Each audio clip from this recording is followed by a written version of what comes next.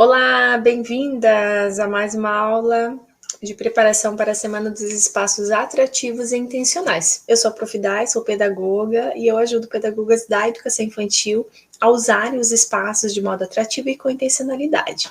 Nós estamos fazendo essa série de aulas em preparação para a semana que vem, ajudar vocês a darem os primeiros passos para usar cada vez mais os espaços que tem na creche, nas escolas, nos centros de educação infantil, de modo atrativo e intencional. Então, na semana que vem, são 3 aulas com conteúdos bem direcionados, bem específicos para isso. E é importante que vocês se inscrevam para participar do evento. Então, se você está vendo essa aula no Instagram, vá na bio do meu Instagram e clica no link que tem lá, se inscreve, coloca seu e-mail e entra no grupo do WhatsApp, tá? Para a gente mandar o link da aula, para você ser avisado. Se você está vendo essa aula no YouTube, a gente vai deixar aqui nos comentários o link, tá? Você também vai poder se inscrever. É importante que vocês se inscrevam, eu quero que vocês participem. Eu quero que vocês tomem consciência que os espaços e os materiais, eles fazem parte da educação infantil, muito mais que isso, eles são muito importantes, né, para o desenvolvimento das crianças. As crianças realizam experiências com esses espaços e com esses materiais, e essas experiências é que levam eles a se desenvolverem e terem aprendizagem, tá?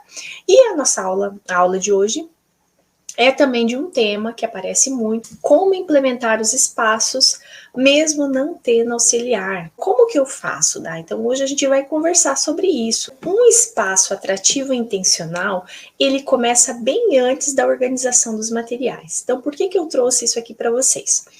Porque quando você me fala que você não tem auxiliar, né? E aí você tem dificuldade em fazer essa dinâmica do uso dos espaços e dos materiais, você está me dizendo, você está se referindo a um momento específico da prática dos espaços estéticos, a um momento específico, que seria o momento de organizar os materiais, que sim, eu sempre oriento, e eu oriento dentro do programa, por exemplo, que é preferível que a pedagoga organize sem a presença das crianças, para ter o elemento surpresa, as crianças chegam, né? Tem toda uma reflexão a partir disso. Mas se você não tem, então você está se referindo a esse momento. Então eu quis trazer essa clareza para vocês, que um espaço atrativo intencional não é só esse momento de organizar. Ele não é só isso, porque justamente para ele ser intencional, você teve que fazer um planejamento. Você teve que iniciar um acervo de materiais, você teve que fazer a coleta, você teve que fazer o seu plano de ação. Então, ele não se resume a só esse momento, porque muitas vezes, quando vocês me falam isso, vocês estão dizendo que para aquele momento, ai, mas como que eu vou preparar? Eu tenho 20 crianças, eu tenho 25 crianças, como que eu vou organizar esses materiais na sala? Eu não vou conseguir, mas aí eu vou trazer para vocês algumas estratégias para esse momento. Só que vocês têm que entender que o uso de um espaço para que ele seja atrativo e intencional não é só esse momento. Não é só esse momento. Tem outras etapas que você não precisa de auxiliar. Você faz sozinha as outras etapas e que são muito importantes, tá? Então essa é a primeira reflexão que a gente tem que pensar a respeito de não ter uma auxiliar, por isso que eu não torno o espaço atrativo e intencional. Entendendo o contexto dessa situação. Quem é a pedagoga que vem me falar que não tem uma auxiliar? Pedagogas da pré-escola, que, por exemplo, aqui na minha cidade, na rede que eu trabalho, as pedagogas da pré-escola, que é de grupos de 4 a 6 anos, elas trabalham sozinhas. Hoje em dia já ficou muito mais frequente, como tem muitas crianças autistas, né? As crianças com deficiência intelectual estão muito mais inseridas, graças a Deus. Se tem uma criança que tenha essa necessidade, vai ter um auxiliar na sala. E a gente sabe que o auxiliar está ali não só para aquela criança, está ali também para inserir o grupo todo nessa dinâmica de inclusão.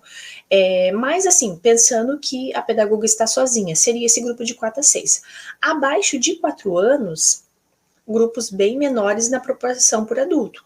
Então, se você vem me falar que você trabalha sozinha e é grupos abaixo de 4 anos, de 3 anos, eu logo suponho que sejam grupos bem menores, porque tem até legislação, a quantidade de crianças por adulto, então precisa ser isso.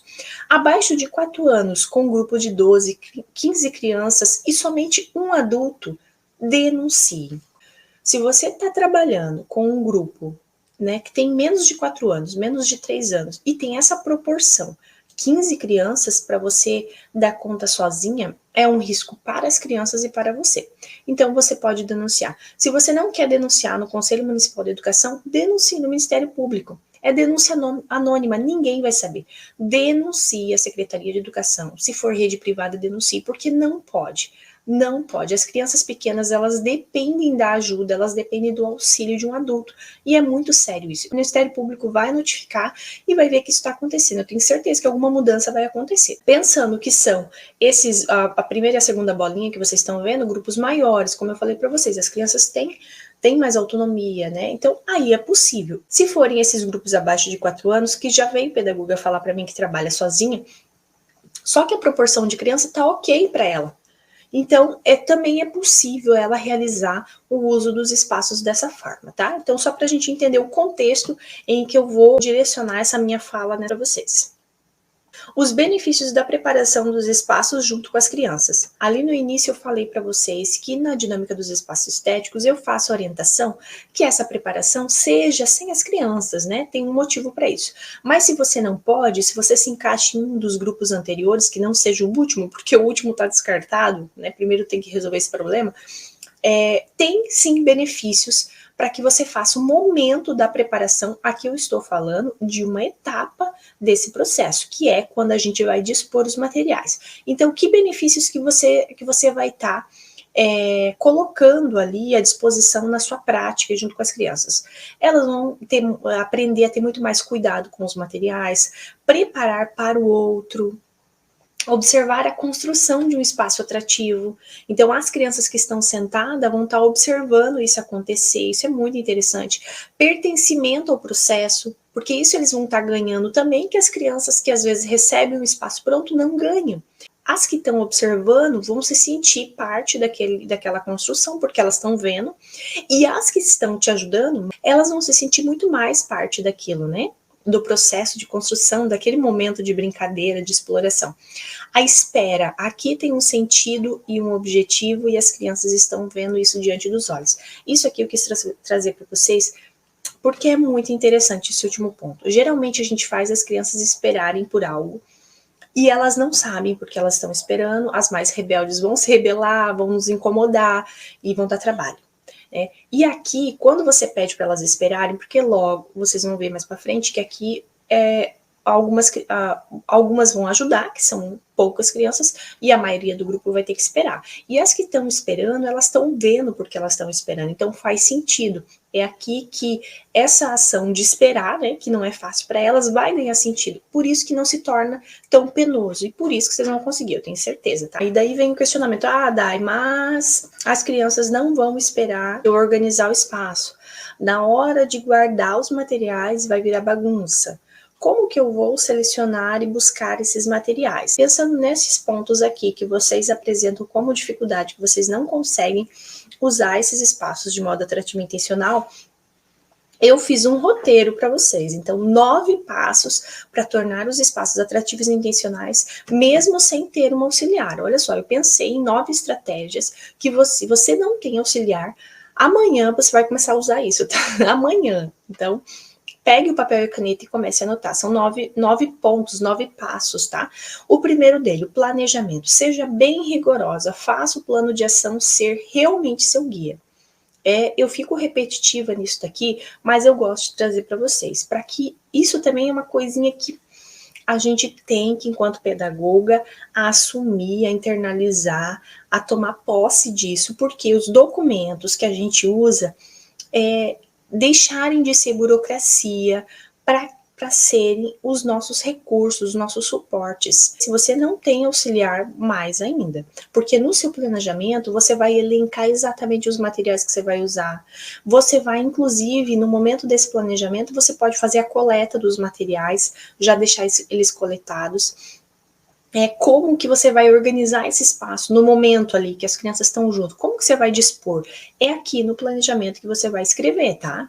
Então, tem que ser muito rigorosa. Se você já seja mais ainda, para que você consiga fazer os espaços atrativos e intencionais. Fazer a coleta dos materiais antes das crianças chegarem ou no momento do planejamento. Olha, isso aqui é o segundo passo que eu falei para vocês. Porque geralmente os meus espaços, quando eu vou montar, preparar, eu não deixo para ir buscar esses materiais na hora que eu tenho que fazer. Geralmente eu faço bem antes, e aí eu já deixo em uma caixa, né? Onde eles vão ficar, e na hora que eu vou preparar, por isso que eu falo que é muito rápido, porque esses materiais já estão ali. Então façam a coleta, eu chamo isso de coleta dos materiais, antes, mesmo que você tenha na sua sala um espaço, um armário que você vai conseguir já construir o acervo, mas seleciona, não, hoje eu vou usar esse e esse material, já deixe separadinho, para que você não tenha que ir atrás, porque não vai dar certo. Não, daí eu não quero, eu tenho um horário de almoço curto, eu não quero usar um pouco do meu horário de descanso, né, para isso. Então, use o seu horário de planejamento, já deixe pronto, tá? Terceiro passo, crie na sua sala um pequeno acervo dos materiais que as crianças estão demonstrando mais interesse. Assim o acesso fica mais fácil. Então aqui eu coloquei o que as crianças estão demonstrando interesse, pensando que às vezes você não vai ter muito espaço na sua sala. Mas se você tiver espaço, você pode fazer um acervo até maior, tá? Observe o que mais eles estão demonstrando interesse, que vai ser um período, depois as crianças, eles vão mudando, né? Então deixe esses materiais na sua sala, porque esses também vão fazer parte da continuidade dos espaços. Deixa ali que vai ficar muito mais fácil. Você já não precisa ir buscar esses materiais, se fica em outro local, né? Passo 4. Use sacolinhas ou garrafões transparentes para organizar os materiais. Então, isso aqui é bem importante, tá? O passo 4 aqui, gente. Use sacolinhas ou garrafões transparentes para organizar os materiais. Porque mais para frente aqui, eu acho que é o próximo passo, vocês vão ver que vocês vão ter ajudantes, que são as crianças, para organizar esse espaço. Então, se você tem sacolinhas onde os materiais, só tampinha, só o material dourado, só os tecidos, só o que mais? Só as garrafinhas PETs, só as pinhas, só os gravetos. Aí você dá para cada criança. Então, hoje eu vou usar os gravetos, os potes e vou usar os giz de cera. Aí você dá para cada criança aquela porção de material na sacolinha ou nesses garrafões, que são aqueles garrafões de 5 litros, sabe, de água ou de suco, que aquilo ali comporta uma boa quantidade. E eu acho bem fácil, porque é transparente, é fácil de visualizar, as crianças conseguem ver, tá? E fica mais fácil também para esse momento de organizar. Por isso que eu trouxe esse ponto aqui que eu acho que ajuda muito. Me ajuda, né? Eu que organizo o espaço, trabalho sozinha, eu acho muito prático quando a gente tem esses recursos, e ainda mais se você vai precisar da ajuda das crianças, para eles verem o que eles estão pegando, tá? E depois isso daqui também ajuda na hora de guardar, porque daí você pode, se for o garrafão transparente, melhor ainda. Não precisa nem etiquetar, porque daí você coloca, vamos colocar as tampinhas aqui, no outro vai colocar os tecidos, tá? Fica mais fácil ainda. E esses garrafões é fácil de conseguir, coloca no grupo da escola, logo você consegue um monte, tá? Passo número 5. Use do recurso do ajudante do dia para o momento da preparação. Isso aqui já dei spoiler, e eu sei que vocês fazem isso, principalmente as professoras de pré-escola já usam disso, que é bem interessante. Mas as crianças até menores, sabe? Crianças a partir de 3 anos, 2 anos e meio, eles têm muito interesse em ajudar. Eles querem, porque eles querem, isso aqui fica fácil, tá? Então, use desse recurso. Se você nunca fez isso, claro, no começo pode dar um pouco de tumulto, mas logo as crianças já entendem a dinâmica e eles vão gostar muito, tá? Eles vão esperar pelo dia que eles vão ser ajudantes. E nesse caso, se o teu grupo for maior, talvez sejam 3 crianças, coloque 3 crianças para te ajudar. Não deu certo? Então coloque só 2 ou coloque só uma, né? Até você ir adaptando qual vai ser a melhor quantidade de crianças para ajudante, tá? Use os materiais de demarcação para já deixar delimitado onde serão colocados os materiais. Então, antes de você chamar os ajudantes do dia, você vai demarcar onde vão ser as ilhas. Então, isso daqui também eu acho muito bacana. Porque daí porque as crianças, elas não vão enxergar como você está enxergando. Até eu dei uma sugestão uma vez da professora mostrar uma imagem do espaço. Mas se você não tem uma imagem do espaço, né? Você pode, espaço estético montado, você coloca os materiais de demarcação, que pode ser o tecido, pode ser um papelão, pode ser um banco, vai depender do que você colocou no teu plano de ação, né? A mesinha, pode ser maior, né? Ou como pode ser menor. Às vezes eu uso os materiais de demarcação mais ou menos desse tamanho, assim, né? Isso depende. E aí você já estica aquilo ali, que também, gente, é muito rápido, não vai nem 1 minuto para você esticar. Aí você chama as crianças, os ajudantes, que vão dispor os materiais em cima do material de demarcação. Fica muito mais fácil para eles saberem aonde eles precisam colocar. Se convidar 3 crianças para te ajudar, dê um garrafão, sacola para cada um. Isso aqui eu já falei, né? Eu falei anteriormente quando eu falei do recurso. Mas eu acho importante a gente reforçar isso. E vai ajudar muito, eu tenho certeza que vai facilitar. As crianças que vão te ajudar vão entender e vai dar muito menos tumulto. Que inclusive no começo, eu já vou adiantar, pode ser que no início, né, desse processo, nos primeiros dias, eles não vão entender muito, mas como qualquer coisa que a gente faz dentro da rotina, ao passo que a gente vai fazendo, eles vão se acostumando mais e aquilo vai ficando mais natural, vai ficar mais calmo esse momento, tá? Enquanto vocês organizam, as outras crianças ficam sentadas esperando. Essa etapa não vai levar mais que 3 minutos. Eu coloquei esse passo 8 para você se tranquilizar, que é exatamente isso, gente. Não demora mais que 3, 5 minutos. Não vai demorar, tá? Pode ter certeza, ainda mais que você vai ter ajudante. E ali eu vejo que você vai mostrar para as crianças, olha, as tampinhas, como que a gente vai organizar? Então mostre para eles vão organizar, tá? E é muito rápido. Faça o registro do espaço e convide as crianças para brincar. Não esqueça de registrar assim que as crianças terminarem de organizar o espaço, né, os teus ajudantes, faz o registro de como que ficou, né? Vai ser tão legal. Depois você pode mostrar para eles, pode ir criando mini histórias, pode documentar, expor na sala, né? Isso é muito importante. Eu tenho certeza que vai enriquecer muito essa vivência das crianças na educação infantil aí com o seu grupo, tá? Então, esses aqui foram os 9 passos para solucionar esse dilema de não uso os espaços de modo atrativo e intencional, porque eu não tenho auxiliar, tá? Espero que vocês tenham conseguido anotar. Se não conseguiu, depois vocês podem voltar, tá? Para vocês conseguirem pegar esses 9 passos e já começarem a usar. Então, lembre-se sempre, se você não tem auxiliar, você está se referindo a um momento, o uso dos espaços de modo atrativo e intencional. Mas essa forma de fazer pedagogia com os espaços e com os materiais tem muitas outras etapas. E, inclusive, essa que você confere muita dificuldade, que você disse que esse é o motivo, ela tem solução, que foi isso que eu trouxe para vocês, tá? E para dizer que não funciona, você tem que tentar. Não é tentar só uma vez, tá?